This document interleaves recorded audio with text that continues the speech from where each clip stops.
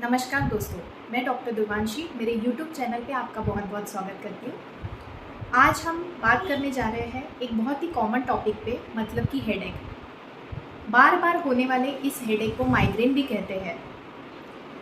ये माइग्रेन होता क्या है, इसकी होम्योपैथिक ट्रीटमेंट क्या है, इसके कॉजेज़ क्या है और इसके लक्षण क्या होते हैं, ये सब चीज़ों पे आज हम डिस्कस करने वाले हैं। तो अंत तक बने रहिए दोस्तों मेरे वीडियो के साथ।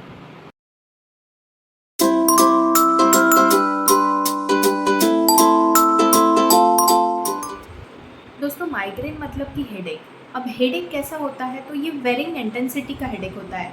मतलब कि कभी पेशेंट को राइट में दर्द होगा, कभी लेफ्ट में दर्द होगा, कभी फ्रंटल हेडेक होगा, ऐसे या फिर पूरा भी सर दर्द हो सकता है। ऐसे अलग अलग प्रकार का सर दर्द होगा और सर दर्द के साथ में नौशिया और वोमिटिंग का सेंसेशन होगा। इसे ही माइग्रेन कहते हैं। दोस्तों, माइग्रेन होता क्यों है, मतलब कि कॉजेज़ क्या है माइग्रेन होने के, ये हम देखते हैं। तो सबसे बड़ा कॉज है जेनेटिक फैक्टर। अगर फैमिली हिस्ट्री माइग्रेन की है घर में किसी को, तो माइग्रेन होने के पूरे चांसेस होते हैं।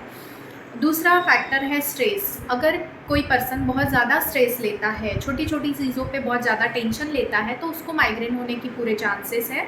तीसरा फैक्टर है दोस्तों फूड।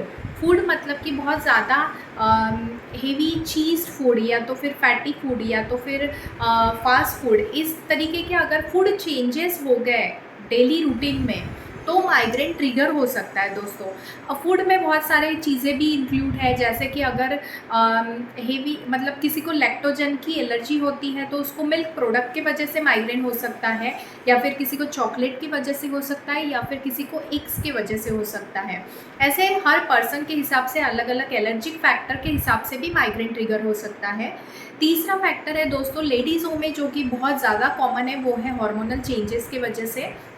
जो लेडीज़ लोग हार्मोनल कॉन्ट्रासेप्टिव पील्स यूज़ कर रहे हैं, या तो फिर उनके मेंसेस के पहले या मेंसेस के बाद में कुछ हार्मोनल चेंजेस हो रहे हैं, उसकी वजह से भी माइग्रेन ट्रिगर हो सकता है दोस्तों। और माइग्रेन के बहुत सारे रीज़न हैं, जैसे कि स्ट्रॉन्ग स्मेल की वजह से भी किसी किसी को माइग्रेन हो सकता है। परफ्यूम की स्मेल या फिर पेंट की स्मेल, उसकी वजह से भी माइग्रेन ट्रिगर हो सकता है दोस्तों। बहुत ज़्यादा लाउड साउंड, जैसे कि डीजे का साउंड या फिर कोई शार्प साउंड, उसकी वजह से भी माइग्रेन ट्रिगर हो सकता है। बैरोमेट्रिक चेंजेस इन वेदर, जैसे कि बहुत ज़्यादा ठंडी या बहुत ज़्यादा गर्मी, उसकी वजह से भी माइग्रेन की परेशानी हो सकती है। माइग्रेन का और एक रीज़न है कि बहुत ज़्यादा ओवर एक्सर्शन होना। बहुत ओवर एक्सर्शन हो रहा है 3-4 दिनों से, पूरी लाइफस्टाइल डिस्टर्ब हो रही है, या फिर स्लीप डिस्टर्ब हो रही है। स्लीप बहुत ज़्यादा बड़ा फैक्टर है दोस्तों। स्लीप अगर हमारी पूरी 6 आवर्स या फिर 7 आवर्स की नहीं हो पा रही है, और स्लीप में कुछ डिस्टर्बेंसेस हो रहे हैं, तो उसकी वजह से भी माइग्रेन ट्रिगर हो सकता है दोस्तों। माइग्रेन ये एक लाइफस्टाइल रिलेटेड डिसीज़ है, जो ये छोटी छोटी चीज़ों से ट्रिगर होता है, और एक बार माइग्रेन की समस्या हो गई तो वो बार बार होने के चांसेस बहुत ज़्यादा होते हैं दोस्तों। माइग्रेन ये एक क्रोनिक बीमारी रहती है, मतलब क्रोनिक डिसीज़ है। बहुत दिनों से परेशान अगर पेशेंट को कर रहा है, तो ऑफ कोर्स इस पे होम्योपैथिक ट्रीटमेंट बहुत अच्छी साबित हो सकती है। होम्योपैथी में बहुत सारी अच्छी दवाइयाँ हैं जो माइग्रेन पे बहुत अच्छा रोल प्ले करती है। सबसे पहली होम्योपैथी की सबसे बेस्ट और डीप एक्टिंग मेडिसिन है दोस्तों, उसका नाम है पल्सटीला 200। पल्सटीला 200 ये आपको सुबह सुबह 2 बूंदे टंग पे लेना है, मतलब ज़बान पे लेना है, और ये आपको हफ्ते में से सिर्फ एक ही दिन लेना है दोस्तों।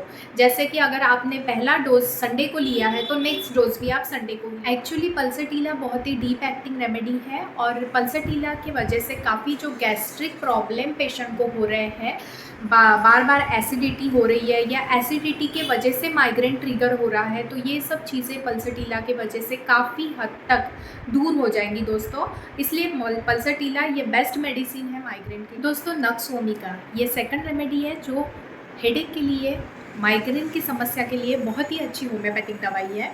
नक्स वोमिका के सिम्टम ये रहेंगे दोस्तों कि जैसे पेशेंट को फ्रंटल हेडेक होगा और पूरे हेड में उसको हेडेक होना चालू होगा, जनरली पेशेंट को थोड़े गैस्ट्रिक कंप्लेंट रहेंगे साथ में, मतलब कि नौशिया, वोमिटिंग ये सब भी रह सकता है। और पेशेंट को पहले से ही गैस्ट्रिक ट्रबल की अगर शिकायत हो, मतलब कि कभी एसिडिटी होना, over indulgence of any alcohol के वजह से, या फिर कॉफ़ी की बार बार हैबिट होना, ये सब चीज़ों की वजह से अगर हेडेक हो रहा है तो नक्सोमिका ये बहुत अच्छी दवाई है दोस्तों।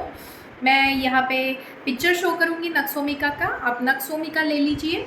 और नक्सोमिका आपको डेली 200 पोटेंसी में डेली आपको रात में सोते वक्त सिर्फ 2 बूंदे ज़बान पे लेके सोना है। ये आपको 1 मंथ के लिए करना है दोस्तों। और एक होम्योपैथिक मेडिसिन जो हेडेक के लिए बहुत अच्छी है वो है सैंग्विनेरिया। सैंग्विनेरिया के पेशेंट को जनरली राइट साइडेड हेडेक रहेगा और उसका हेडेक बैक से होते हुए फ्रंट में आएगा। ये हेडेक जनरली मतलब ओवर एक्सपोजर टू सन या फिर परफ्यूम या फिर कोई भी सेंसिटिविटी की वजह से हो सकता है। तो सैंग्विनेरिया ये हेडेक के लिए बहुत ही अच्छी मेडिसिन है दोस्तों। मैं सैंग्विनेरिया का पिक्चर यहाँ शो करूँगी। सैंग्विनेरिया 30 पोटेंसी में आपको सुबह शाम पेशेंट को 1 मंथ तक लेना है। दोस्तों इसी प्रकार रेक्विक का R16 ये जो डाइल्यूशन है ये भी माइग्रेन पे बहुत अच्छा रोल प्ले करता है दोस्तों।